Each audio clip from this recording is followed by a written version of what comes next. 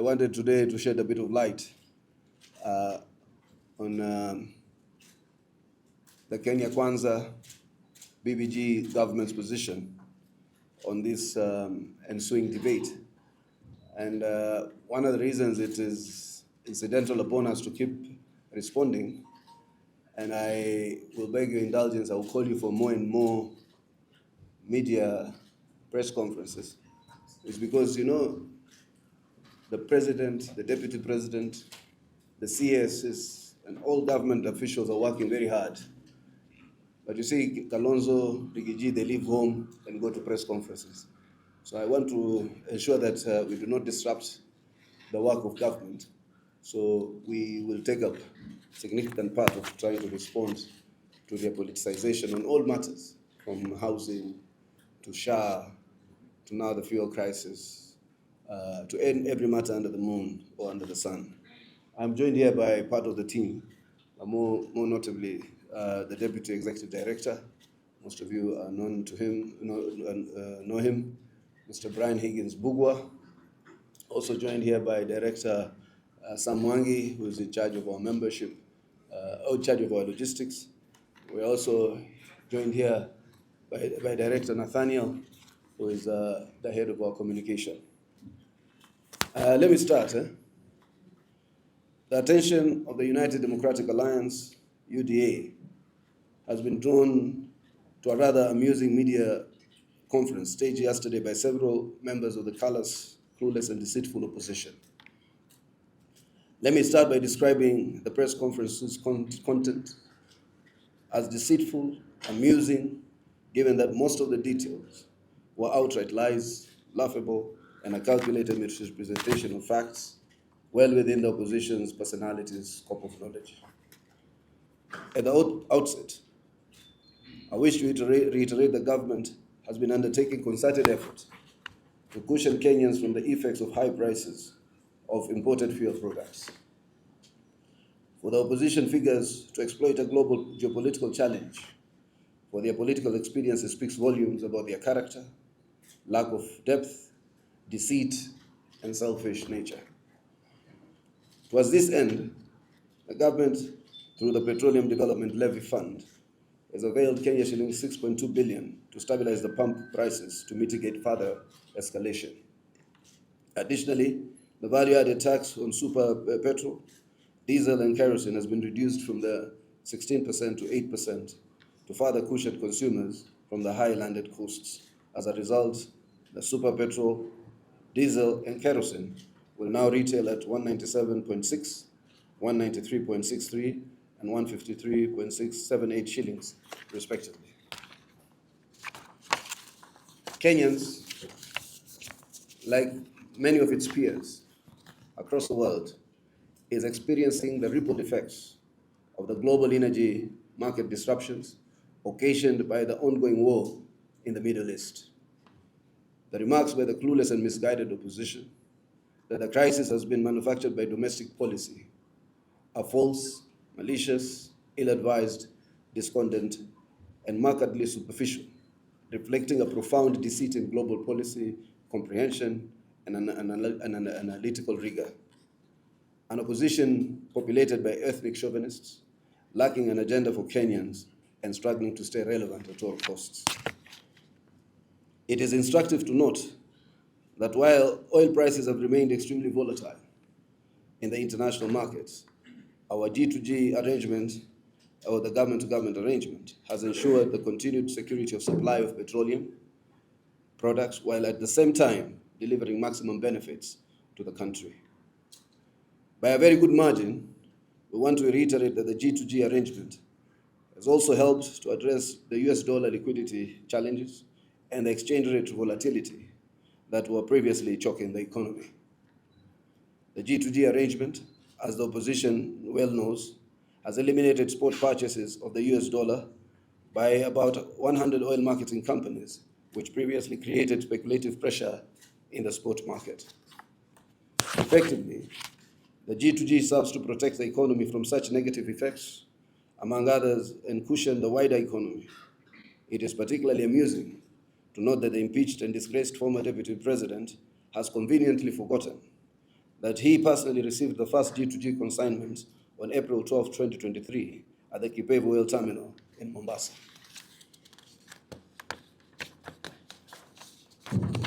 At the event, the impeached Deputy President addressed the public with a reasoned, detailed speech in which he celebrated the arrangement. Today, in his characteristic bitterness and for selfish political motives, he misleads the public with outrightly defamatory accusations. Alongside the impeached Deputy President was former Attorney General Justin Muturi, who has conveniently forgotten that he authored and produced the necessary legal clearance for the G2G arrangement on 10th of March 2023. In his letter as the principal legal advisor, Muturi unequivocally and willingly provided the green light to execute the G2G Master Framework Agreement. These two developments back in 2023 have to be seen in the context of the appropriate government procedural processes, including the due diligence. Before providing the green light for the arrangement, I have no doubt Mr. Muturi was under no duress and was sufficiently appraised. To stand on a podium and feign ignorance of an arrangement one participated in designing and approving speaks not only to their desire to sabotage the government, but a reaffirmation of their character of conmanship. Even worse has been the misrepresentation of the facts regarding the controversial importation of the fuel products outside the G2G arrangement. For the record, I want to reiterate that the importation in question was wrong in three fronts. One, the importation outside of the G2G arrangement, was in contravention of the law. Oil products can only be imported into Kenya through the G2G or open tender system, OTS. Secondly, the importation at higher prices than the G2G was, as I have said before, a criminal act. Thirdly, the importation of substandard products was also a criminal act and must be handled as such. Had the importation, which is now cancelled, been allowed to proceed, Kenyans will today be facing pump prices of about 236 Kenya shillings for premium petrol and Kenya shillings 260 for diesel. The imported product was Kenya shillings 58,000 per ton more expensive than products imported by the G2G players during the same period. At the same time, it is important to clarify that since January, Kenya has not faced any risks of supply disruption as alleged. Throughout, we have had sufficient in-country stock to meet our daily needs. The alleged supply disruption was a figment of imagination, as existing data does not support the theory advanced. As per the Master Framework Agreement entered into with the G2G players, the nominated companies are duty-bound to notify government or the Ministry of Energy and Petroleum of any operating challenges. In this respect, Gulf Energy, which it tries to single out and profile, while reviewing the monthly delivery projections, formally notified the ministry that a single cargo had been caught up in the conflict in the Middle East. Gulf Energy also confirmed that in fulfillment of its obligations to the government of Kenya, the firm's main supplier had secured 2 alternative vessels in place of the tanker caught up in the Straits of Hormuz.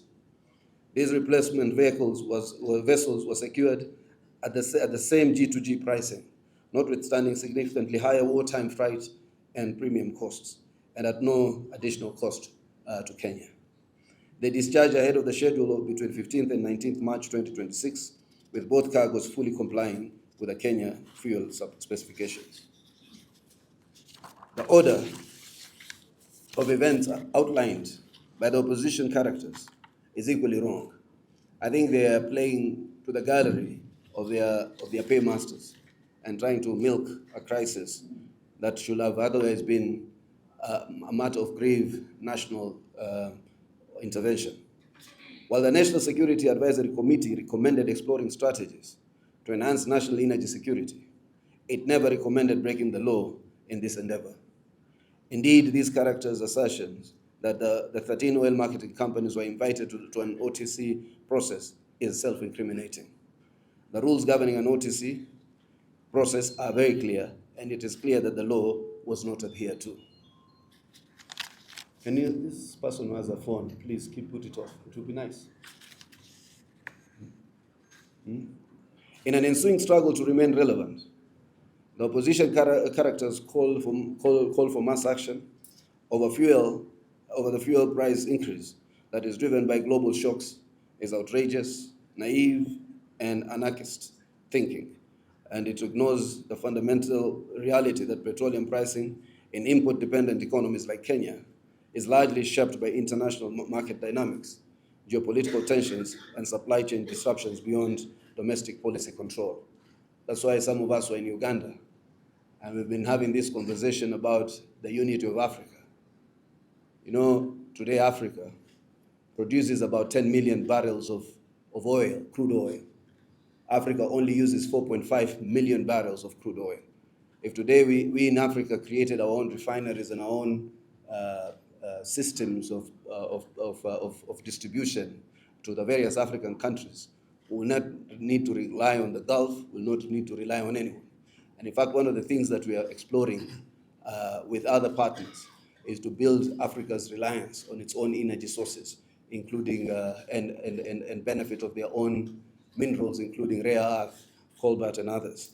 And I think these are the kind of things that worry us as a country, and must worry us as Africans in terms of our own energy security. The disjointed opposition further proposes to scrap the National Infrastructure Fund, affordable housing levy, and the NSSF contribution, which reflects a policy posture that is fundamentally at odds with sustained infrastructure development and long-term economic transformation. This suggests that the opposition is not genuinely invested in transformative governance, but is instead driven by populism, a narrow pursuit for power for self-serving political aggrandizement, devoid of substantive policy commitment or developmental vision. You know, when you want to set up the country on a reverse gear, it's an act of sabotage. These people are, if you look at the face of the opposition, when they give a face, they give a press conference, it is the ugliest representation of past regimes, and particularly failures in those past regimes. The ugliest face of extrajudicial execution, the ugliest face of a clueless vice president, the ugliest face of the worst tribalist we've ever seen, the ugliest face of everything that is wrong about Kenyan politics is reflected in that disjointed opposition. And that's why their paymasters, their patrons, are urging them to call for sabotage of this country so that we can take back the country to those years where the Kenyattas and the Mois dominated and presided over our lives, our economy, which was a preserve of a few. This National Infrastructure Fund instrument is designed to mobilize domestic resources for critical investments in housing, transport, and social protection, key pillars that drive productivity, create jobs, and stimulate inclusive growth. Dismantling such frameworks without presenting viable alternatives signals a lack of commitment to structured development financing and risks undermining the country's capacity to fund large-scale national priorities. You know, an opposition which tells the president not to pursue taxes, an opposition that tells the president not to go for debt, an opposition that tells the president not to, and the government, not to pursue the national infrastructure program or process. It's an opposition that wants the country to move nowhere. They bring us the issue of debt, and all of them are perpetrators of the worst crimes, economic crimes, and worst crimes of marginalization of minorities, of those who are in the lower brackets of society. They were the ones who marginalized the poor. They kept the poor in slums. Are today the same perpetrators, through their patron Uhuru Kenyatta and others, who want to sabotage the progressive programs which will lead to one of the most robust social economic transformation in this country. So you see an opposition that wants to return us back to status quo. They have seen how we have navigated a very harsh terrain by the recollection of the very Azimio members. Uhuru Kenyatta, after the elections of 2022, had known that he had placed this country into jeopardy. He had assured them that in 6 months, the Kenya Kwanza government was going to collapse. 6 months on, Kenya Kwanza government was able to meet its sovereign obligations. It was able to realign or to reassign their debt obligations, find headroom in our domestic revenue mobilization so that we can be able to fund other government priorities. So therefore, you're looking at an opposition that is not only clueless, that only want to sabotage, but they are the worst remnants of the old order that wants to take us back to where we came from. Even when you look at this G2G, you see the potential of what happened when those three gentlemen approved the consignments outside the G2G. Will have been ideally to get our other lead oil partners in the global market, Aramco, Saudi Aramco, ADNOC, to vacate the G2G arrangements. If that had happened, we'll have gone back to the pre-G2G arrangement, meaning, first and foremost, those guys will have recalled the $3 billion deferred payment dollars. In addition to that, there will have been so many other things that will have happened, including people now having to pay for oil supplies using the US dollar, bringing that the same crisis again. These characters, all they see, all they wake up of every morning is to see how to sabotage this country. The characters in the opposition appear bent to sabotage the economy and committed to rolling Kenya's inclusive development agenda, rolling back Kenya's inclusive development agenda, and perpetuate marginalization and exclusion, reflecting the beliefs of the governments they have served in and the desire of their patrons and financiers to continue with their dominance of the country's politics and economics. And we remain confident in the stewardship of Honorable Opiyo Wandayi as Cabinet Secretary for Energy and Petroleum, and Honorable Lee Kinyanjui, Cabinet Secretary for Investment, Trade, and Industry, and equally ask them to remain steadfast in the face of misleading, defamatory, and sensational assertions by the opposition characters, particularly one, Wamunyoro. Wamunyoro today, when he was in government, Wamunyoro spent a lot of his time trying to profile the Luo community. He will try to say in the morning how they are not people of maandamano, wao ndio wako na biashara, wao biashara zao wataziunga mkono, wao si sijui yule mzee wa vitendawili, sijui yeye ameweka wa mitego. Baada ya sasa kumalizika hii kitu na yeye kutolewa kwa serikali, after that maligning of one community indefinitely and calling himself a shareholder against the will of the people of Kenya, he now has gone on another orchestrated attack on the Kalenjin community. Wherever he gets an opportunity, he profiles very genuine business people. Jack Chebet is a regional giant in Starbucks. Jack Chebet is a well-known business person. So what he does, he profiles these business people. Anytime he will say there's a squad led by Cheriot, there's this led by, don't think that he is saying this out of sheer genuine concern. He's now profiling another community.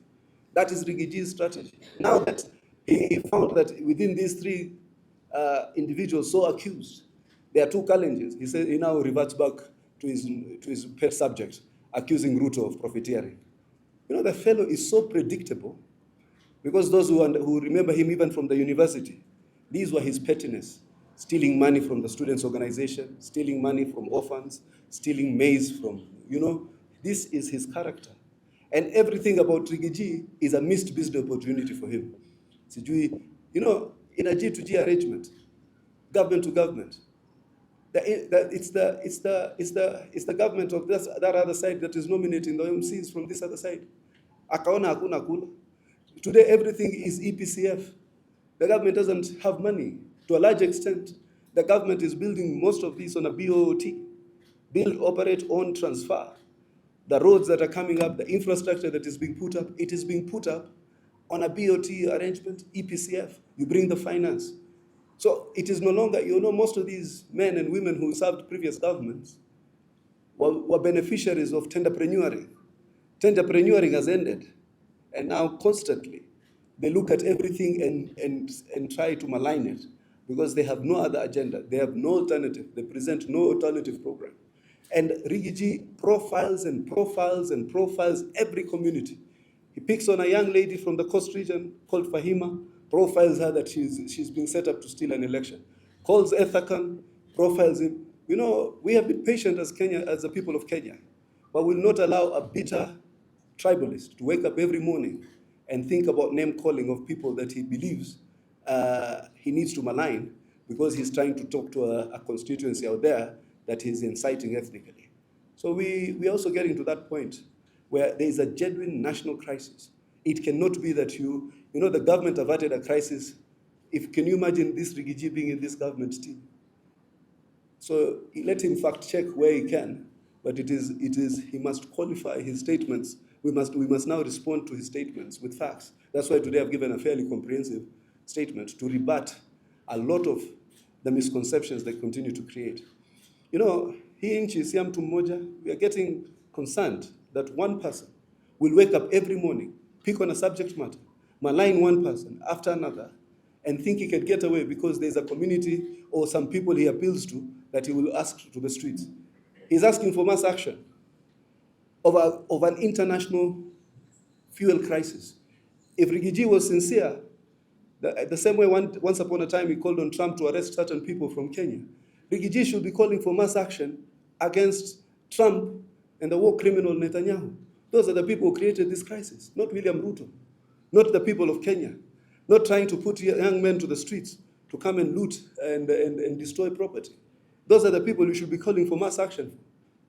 Lakini wajua ukiwa maumau bandia, hii ndio kazi unafanya. Vitisho vya urongo na kutisha wale ambao unafikiria hawezi kufanya kitu.